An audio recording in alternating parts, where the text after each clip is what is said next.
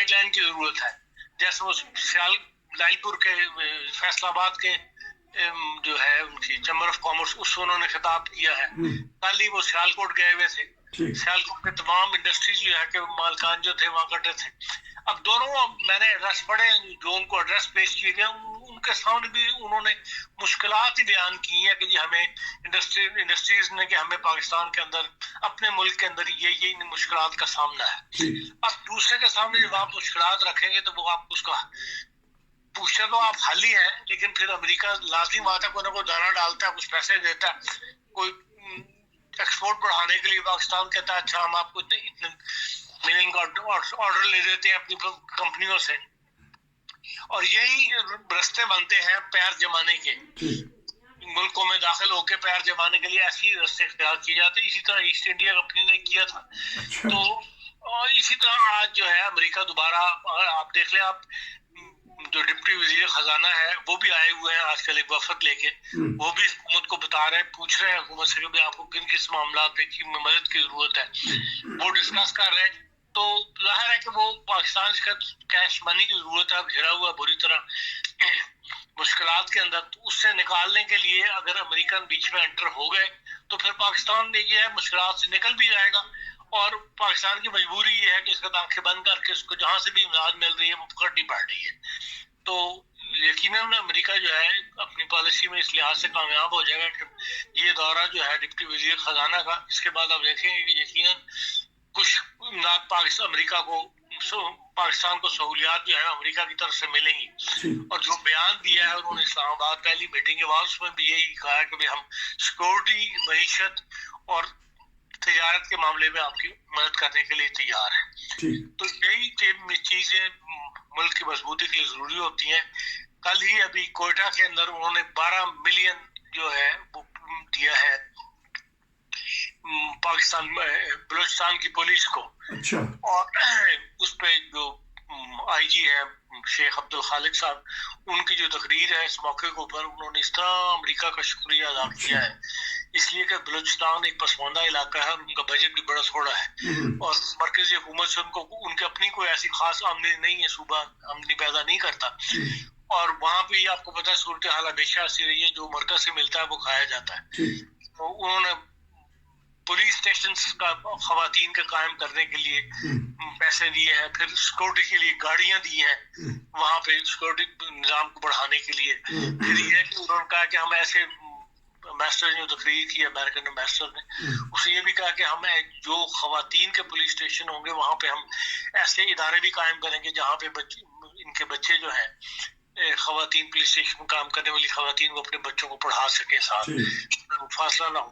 تو اس قسم کی اسکیمیں لے کے امریکہ اب دوبارہ پاکستان میں انٹر ہو رہا ہے تاکہ زیادہ سے زیادہ جو ہے وہ اپنے پیر جمانے کے لیے اس خطے میں یا پاکستان میں جو مشکل حالات ہیں اس سے فائدہ اٹھاتے ہوئے دوبارہ یہاں پہ اپنے پیر جمائے. دوبارہ نظر یہی آتا ہے کہ بھائی سی پیک کا منصوبہ جو ہے آپ دیکھ لیں کافی عرصے سے بالکل خاموش ہو گیا. جو کام ہو رہے تھے وہ وہیں کے وہیں رکے ہوئے ہیں, جو کمپلیٹ ہو جانے سے لیٹ تو سارے ہی ہوئے ہیں, لیکن یہ کہ اب سی پیک کا نام کوئی نہیں لیتا اور اب امریکہ آہستہ آہستہ جو ہے وہ انٹر ہو رہا ہے.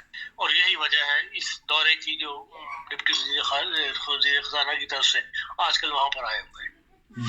یہ سرد مہری جنسی ہے وہ عمران حکومت میں جس طرح جو بائیڈن کے ساتھ ہاتھ ملانا نہیں چاہتے تھے, ٹیلی فون نہیں کرنا چاہتے تھے, آپ نے ایک دو سال میں ہمارے تبصروں میں کہا بھی ہے, یہ چینج حکومت بدلنے سے بھی کچھ فرق پڑا ہے یا معاشی حالات کی وجہ سے امریکہ کچھ فائدہ اٹھانا چاہتا ہے, افغانستان بھی بیچ میں شامل آ گیا؟ نہیں, عمران خان امریکہ کی آنکھیں تو اس سے پہلے ہی پھیلی تھی عمران خان کی حکومت سے پہلے ہی, لیکن تعلقات ختم نہیں ہوئے تھے. عمران خان صاحب کے دور میں یہ ہے کہ تعلقات اس نوعیت پہ آ گئے تھے کہ آپس میں اسلام دعائی ہے جسے کہتے ہیں کہ بھائی بالکل ایک دوری والی کیفیت پیدا ہو گئی تھی, وہ بہرحال اب ختم ہو گئی ہے. اس نئی حکومت نے آ کے امریکہ سے دوبارہ تعلقات بحال کرنے کی کوشش کی ہے, اور وہ اس کو بھی ضرورت تھی بہرحال امریکہ کو بھی, اور وہ اس سے فائدہ اٹھا کے تو انٹر ہو رہا ہے دوبارہ پاکستان کے اندر. تو امریکہ کی ایک بڑا کردار ہے ہماری جنگوں میں بھی, 65 کی جنگ میں بھی, 71 کی جنگ میں بھی, بیری بیڑے کا انتظار کرتے کرتے کیا سے کیا دن آ گئے. اب کتاب کا میں انکشاف کیا ان کے سابقہ وزیر خارجہ نے کہ 2019 میں جب ابھی نندن کا جہاز گرایا گیا اس وقت یہ دونوں آمنے سامنے آ گئے تھے، تو یہ بعد میں انکشاف کیوں ہوا، کیا وجہ تھی؟ عمران حکومت تھی اس وقت، اور کہنے والے کہتے ہیں کہ باجوہ صاحب ڈر بھی رہے تھے، بقول قومی اسمبلی میں تقریر کر رہے تھے صادق صاحب جو سابقہ سپیر ہے ہر بات اس قسم کی جو ہے فوری طور پہ اس پہ ریئیکشن نہیں دے دیا جاتا یا اس کو پوری صورتحال جو ہے وہ بیان نہیں کی جاتی. یہ صحیح بات ہے کہ پاکستان میں اور انڈیا کے درمیان کئی دفعہ ایسے موقع آئے ہیں کہ آپس میں ٹینشن اس حد تک بڑھ گئی کہ ایک دوسرے پہ ایسے لگتا تھا کہ جیسے حملہ کر دیں گے. مشرف کے زمانے میں بھی ایسا ہوا تھا، سائی رات سو نہیں سکتا، ہمیں ڈر تھا کہ کسی وقت بھی باہر جو ہے حملہ کر سکتا. یہی صورتحال اس وقت تھی جب یہ جہاز گرایا تھا ہم نے، جس میں وہ انڈین پائلٹ بھی آیا تھا. ان دنوں ٹینشن زیادہ بڑی ہوئی تھی، پاکستان غصے میں تھا. مئی وہ جو بمبئی والا واقعہ ہوا اس کے بعد بھارت کو کافی عرصے تک شدید غصے کی حالت میں رہا ہے پاکستان کے اوپر، اور پاکستان کے خلاف اس نے پراپیگنڈا بھی بڑا کیا. تو ظاہر ہے اب جب کتاب لکھی ہے اس وقت کے وزیر خارجہ نے تو اپنی کتاب کے اس زمانے کے جو اہم واقعات ہیں ان کا ذکر کیا، اس نے یہ بھی ذکر کر دیا کہ بھی ایسے حالات ہو گئے تھے دونوں ملکوں کے درمیان کے ایک دوسرے پہ یہ ایٹمی حملے کرنے کے لیے تیار کھڑے ہوئے تھے. تو اس کا اس نے سرسری ذکر کر دیا، اور یہ حالات ایسے پاکستان اور بھارت کے حالات ایسے رہتے ہیں کہ کبھی نہ کبھی ٹینشن اس حد تک بڑھ جاتی ہے کہ ایک دوسرے کے خلاف جو ہے وہ بالکل تیاری پکڑ لیتے ہیں جنگ کرنے کی. لیکن یہ کہ بڑی طاقتیں بیچ میں پڑھ کے دوبارہ سنبھال لیتے ہیں. ہاں جی، اچھا تھوڑی سی آواز میں کچھ ہوئی ہے تو، کیونکہ آپ آواز آ رہی ہے میری آپ کو؟ ہاں جی آ رہی ہے. ایک سوال، کیونکہ آپ کا تبصرہ سنا جاتا ہے، لوگ پسند کرتے ہیں، یہ بتا دیجیے گا. آپ معاشرتی مسائل پہ بھی بول لیتے ہیں، میں خبر بتا دیتا ہوں، تھوڑا سا بتا دیجیے گا کہ کہاں سے ہمارے معاشرے میں غلطی ہو رہی ہے. یہ برف باری ہوئی ہے، راستے میں زچہ بچہ فوت ہو گئے کہ ہاسپٹل تک جا نہیں سکی جو خاتون تھیں، تو راستے میں بیٹا پیدا ہوا یا بیٹی، تو وہ بھی فوت ہو گیا، اور والدہ بھی.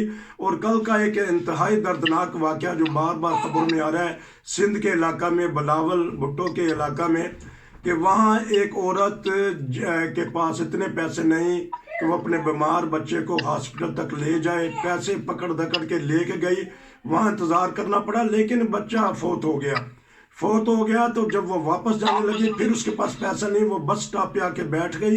کسی نے کوئی مدد نہیں کی، نہ حکومت نے، نہ وہاں ادارے ہیں اتنے ہمارے ماشاءاللہ سندھ میں. تو بچہ 3 گھنٹے بس سٹاپ پہ گود میں لے کے بیٹھی رہی اور کوئی مدد کرنے کے لیے نہیں آیا. پھر کسی نے چندہ اکٹھا کر کے بس سٹاپ پہ تو پھر اس کے لیے لاش کا اور ماں کا جانے کا انتظام کیا. تھوڑی سی آواز تو اٹھائیں آپ. دیکھیں یہ تیسری دنیا کی ایک المیہ ہے کہ غربت بہت زیادہ ہے، آبادی بہت زیادہ ہے، اور غربت دن بہ دن بڑھ رہی ہے. اور پچھلے دنوں میں جو کچھ حالات رہے ہیں پوری دنیا کے اندر اس میں غربت مزید بڑھی ہے، مزید جو غریب لوگ تھے وہ مزید غریب ہوئے ہیں. اور یہ کووڈ کے بعد اور یہ جنگ کے بعد یہ جو یوکرائن کی جنگ ہے، تو ایسے حادثات جو ہیں وہ تیسری دنیا میں ہوتے رہتے ہیں. بحیثیت مسلمان ملک ہونے کے ہمیں ان حالات میں عام طور پہ تو ہم نے یہی دیکھا ہے کہ پاکستانی مدد کرنے کے لیے کھڑے ہو جاتے ہیں. ایسے مجھے نہیں پتا کہ کیا حالات تھے وہاں پہ، کیوں لوگوں نے اس عورت کی مدد نہیں کی، لیکن مدد تو کی ہے. بہرحال جو آپ کہتے ہیں چندہ اکٹھا کرنے کیا، ہو سکتا ہے کہ اس میں دیر ہو گئی ہو، لیکن ہمارے پاس کیونکہ سسٹم کو ایسا معاشی نہیں ہے، سیکورٹی کا کوئی ایسی سسٹم نہیں ہے، حکومت کے پاس حکومت کے ایسے ادارے موجود ہیں جو فوری طور پہ ان کو مدد کر دیں. عام طور پہ یہ دیکھا گیا ہے کہ ایدی والے جو ہے وہ فوری طور پہ مدد کرنے پر تیار ہو جاتے ہیں. ایدی ہے اور بھی بہت سے ادارے ہیں. اس لیے یہ ایک سوشل میڈیا کی خبر ہے. ممکن ہے کہ بھئی اس عورت کو کیونکہ ذرائع نہیں تھے، اس کو پتہ نہیں ہوگا کہ وہ ایسے اداروں تک پہنچ سکے یا ایسے اداروں کو اپروچ کر سکے، تو اس لیے اس کو دیر لگ گئی، لیکن بالآخر بہرحال اس کو مدد مل گئی. لیکن حالات ایسے ہو گئے ہیں کہ دنیا معاشرہ جو ہے وہ زیادہ سے زیادہ جسے کہنا چاہیے ان حالات میں آنکھیں بند کرنے کی طرف راغب ہو گیا ہے. اور یہ بہرحال ایک بری بات ہے یا فکر مند بات ہے، اور لیکن عمومی طور پر رجحان پاکستانیوں کا یہی ہے کہ وہ